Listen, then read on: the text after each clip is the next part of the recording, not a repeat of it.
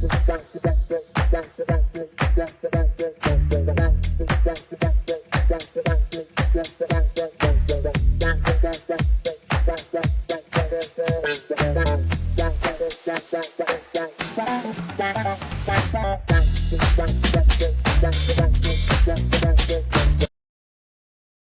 up, guys? All right, welcome back to Net2Net Podcast. I'm your host, Sam Kelty. This is College Football Edition.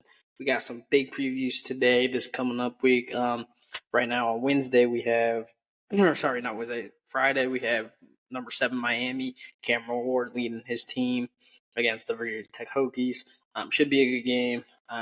Do have Cameron Ward. Virginia Tech's a good team, but what Cameron Ward has been doing this season, he's been playing unbelievable. He looked like a Heisman candidate favorite. Should get the dub. And then we got Washington, Rutgers.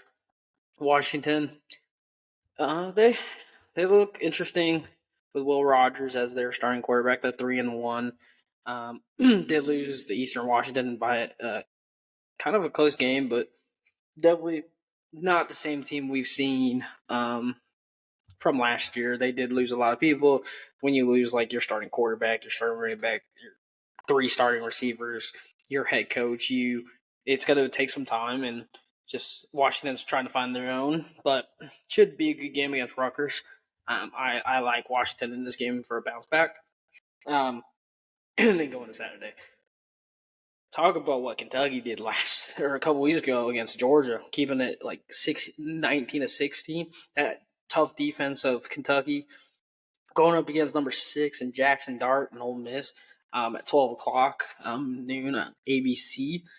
Jackson Dart, he's been playing very well in that Ole Miss line. What they've done in the transfer portal, getting the likes of Prince Udomeh, getting Antoine Wells, the receiver, to give to Jackson Dart for help. But yeah, we got a lot of good games. There could be an upset. This could be upset city this week because we got number 12 Michigan going up against Minnesota. Michigan, what are we doing? You bench Warren Davis, and then you go Alex Orji, and you only throw 35 passing yards in a whole entire game.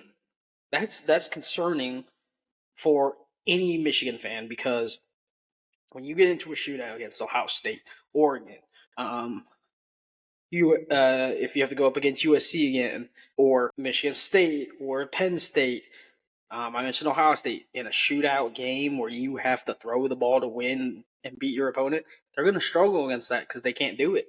Because there's no real trust, there's no real confidence in Warren Davis or Alex Orji right now, because they can't figure out who their quarterback is. No one's proven to be that person. So Michigan's got a lot of road.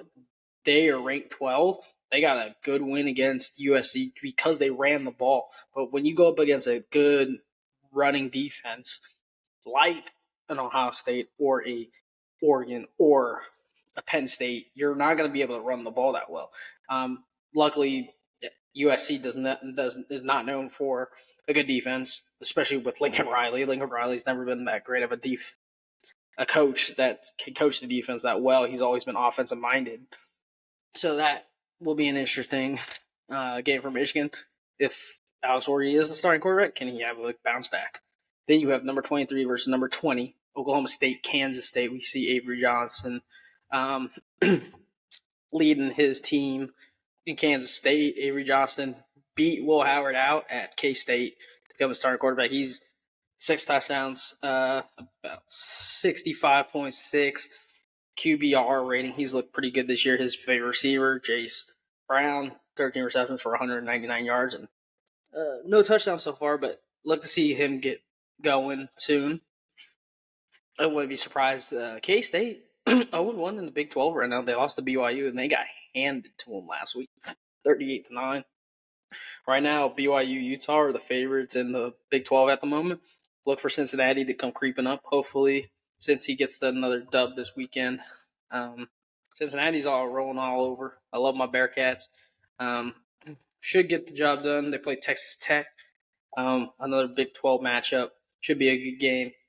Then you got, later on in the day, you have BYU Baylor. That should be a good game on FS1. I like BYU, but I think Baylor can pull it out. this week. I think Baylor's got the right tools. I like what they have over there. They're 2-2, yes, but it is a younger team, so definitely look to see them grow throughout the season. I like Sawyer Robertson as a quarterback. I think he's really good. He's very smart with what he does with his decision making when he goes through his progressions and his reads. I think they could upset BYU here. I think this is an upset right here. I think it's going to be close, but they should have beat Colorado, and we could be talking about them being 3-2 or 3-1 at this point in the season. Moving forward on that, you see later on we have number 15 taking on number 16, Notre Dame versus Louisville. At 3:30, that should be a good game. Look for Riley Leonard and Notre Dame to have a bounce back. I think they've been struggling pretty much all season. They've really struggled. Yes, they did go out and beat Purdue 66-7. Purdue has not been good all season, so they're kind of finding their own. They haven't really played anyone good since Texas A&M, and that was a very defensive game. Riley Leonard only one touchdown this season. Very concerning because, again, it's the same situation as Michigan. You get into a shootout and you got to score points and you can't run the ball. That's very concerning for them. But Riley Leonard's more proven as a quarterback than the other two, so that Michigan has. So it depends on how you look at it and how you kind of dissect Riley Leonard's game. He's not that guy that makes those flashy plays, throws for over 100 and something yards a game, 4 touchdowns. He's very smart. He's very smart about how he plays the game, how he reads the game. He goes for more of those efficient plays than those flashy plays. If he checks it down the entire game and wins the game, he's fine with that, with no touchdowns. He can run the ball too. He can run.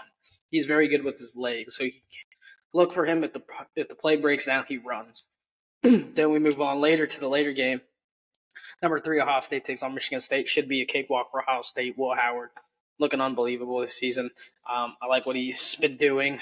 I like probably the best running back combo in the country, and Quinshon Judkis and Travion Henderson. They look amazing together. And then talk about the 7:30 game. Number 2 versus number 4. Georgia versus Bama. Georgia coming off a week where they struggled against Kentucky, beating them 13-12. Sorry, I said 16-19 earlier, but it's 13-12. How's Georgia going to do against a good defensive team again? This is going to be a very interesting game. Like I said, Bama has a really good defense. But is it going to come down to the offense? It's Milroe versus Carson Beck. We haven't seen this so early in the season where, yes, right now they're both undefeated. Yes, they're not out of contention for the playoffs if one of them loses, because it's probably going to come down to the SEC championship game if both teams are in it, because that's probably where it's going to come down, because Georgia and Texas still have to play each other. And so they still got to play Tennessee. They still got to play Ole Miss. And like I said, they still got to play Texas. So that's 3 teams that Georgia has a potentially to get upset and lose. But it did show against a good Kentucky team. They struggled. And I think that's worrying for Kirby Smart and the Georgia Bulldogs because of the way they were stuffed by a Kentucky team that is built on defense. And then on the other side, you have Bama. They still got to play Tennessee. They still got to play Missouri, Oklahoma, and LSU. Those are times where, and we've seen them struggle. Yes, the Wisconsin game was a beatdown, but if you talk about the South Florida game, yes, you read the score and you look at it and you didn't watch the game and you see 42-16. Oh, Alabama didn't struggle at all. If you watch the game and look at the box score, it was 14-6 at half. And then Bama didn't score a single touchdown in the third quarter. So then Bama's winning, has 14 going into the fourth. And South Florida, they had 13. So it was 14-13 at one point going into the fourth quarter. And then they scored 28 and then South Florida only scored 3. So it took them until the fourth quarter to get going. So, yeah, once again, we've seen those growing pains from Bama. Yes, Caden Proctor didn't play against South Florida, you could say that, and they were also missing another offensive tackle. So they were down a few guys. But I don't think it really didn't matter because you saw Jalen. He was struggling to throw the ball to get it to Ryan Williams, who is one of the best freshman receivers other than probably Jeremiah Smith. He is having a phenomenal season. You don't have an Isaiah Bond that you can dump it to. So you're relying on more of your younger receivers like a Kendrick Law, like a Kobe Prentice, Ryan Williams, who's a freshman. So you don't have the same weapons you had over the last few years. And it's a different team. You don't have a Jace McClellan who is your pocket safety net that you can just do a check down to, or a halfback screen. You just don't have that. So that's where this could really make or break the SEC right here because of how good they are, how good of a game this is going to be, and how much is riding on this game this early on in the season. I don't think we really had it in a while. Another game going on at the same time, Illinois, number 19, who had the upset against Nebraska last week. Coming on a hot streak, already beat Kansas this year, going up against Penn State. Should be an interesting game. Penn State looks pretty good. Penn State has Kansas Jayhawks offensive coordinator who they brought over, who runs a air raid offense. Drew Aller looks like a quarterback. He looks like a top quarterback. We're talking about Drew Aller, who last year struggled to get the ball out. Yes, he didn't have the weapons. Yes, he did have Noah Singleton last year, but you talk about who he didn't have last year: a Julian Fleming, a Ty Warner, Omari Evans. You bring in these guys, Harrison Wallace. Like, they didn't have them. They didn't have the weapons. They had to go in the portal and get these guys, and it's showing that Drew Aller is a quarterback. You just get him in the right system, get him some weapons around him, and he can perform well. And Penn State's having a great season. It's going to be interesting going to a tough season for Penn. Penn State does have a tough season, tough schedule. They do still have Illinois coming tomorrow. They have USC in a couple weeks. They have Ohio State in 4 weeks. They still have to play. So it'll be interesting. And a UCLA team that's decent sometimes when they show up. So it'll be interesting to see. And then talk about Florida State. I had them in my winning the ACC over Louisville, and now they're 1-3 out of playoff contention. What is going on with the Seminoles? What's Mike Norvell doing? Yes, I know you don't have a Jordan Travis. You don't have a Trey Benson. You don't have Brandon Fisk or Jared Verse on the defensive side. You don't have a insane receiver in Keon Coleman and Johnny Wilson. They're struggling hard, and it's showing. So it'll be interesting to see how Florida State bounces back this year. See if they make a bowl game, but it'll be tough for them. The 1-3, DJ Uiagalelei, big step down. We've seen, like I've said in the last podcast, DJ Uiagalelei, we've seen the struggles from him from his time at Clemson, in Oregon State. He just I don't know what it is. He just struggles. And he was a 5-star recruit, which is sad because he had so much potential, and right now he's not showing it. And then finally, the last game of note, you have the later games of Arizona and Utah, number 10, taking on each other. And then you have Oregon, UCLA at 11 o'clock. The Ducks are back in action, number 8, taking on UCLA. Heading over to the Bruins. They were off last week, but they 2 weeks ago had a great game against Oregon State, beating them 49-14. I think that was the coming out party for Noah Whittington because he was back to peak performance, what we saw from him. He looked amazing. Dylan Gabriel, very efficient again, 20 of 24 for 291 yards, 2 touchdowns. Jordan James, 2 touchdowns. Tez Johnson got more involved this against Oregon State since not being really targeted against again in the Boise State game. His only touchdown was a punt return. He had 7 receptions for 115 yards. So he definitely came out wanting this week, that game against Oregon State. So yeah, right now pretty good. Oregon Oregon has not played a conference game, neither has Ohio State. So this is the first conference game for Oregon against UCLA. And then they got Michigan State coming up, and then Ohio State in 2 weeks, on October 12th. Should be a good game. But yeah, Ohio State also starting their conference play against Michigan State this week. So it's conference time, boys. So get ready for these games. These games are going to be insane. I think we talk about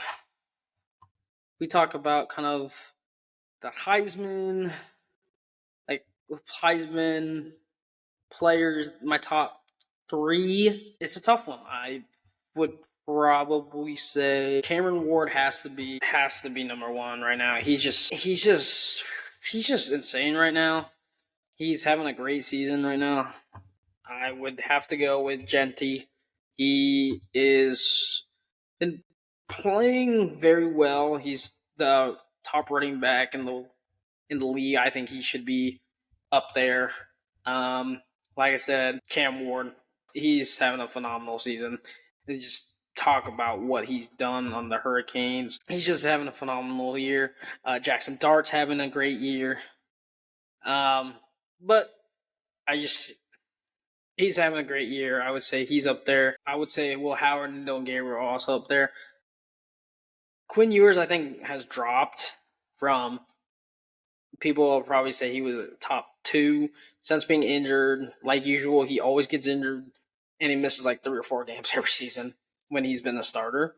And then we talk about I would say who's risen up and who everybody's talking about, and I think rightly so, Nico Iamaleava from Tennessee. He's just really showed against Oklahoma that he's a true deal. He is very good.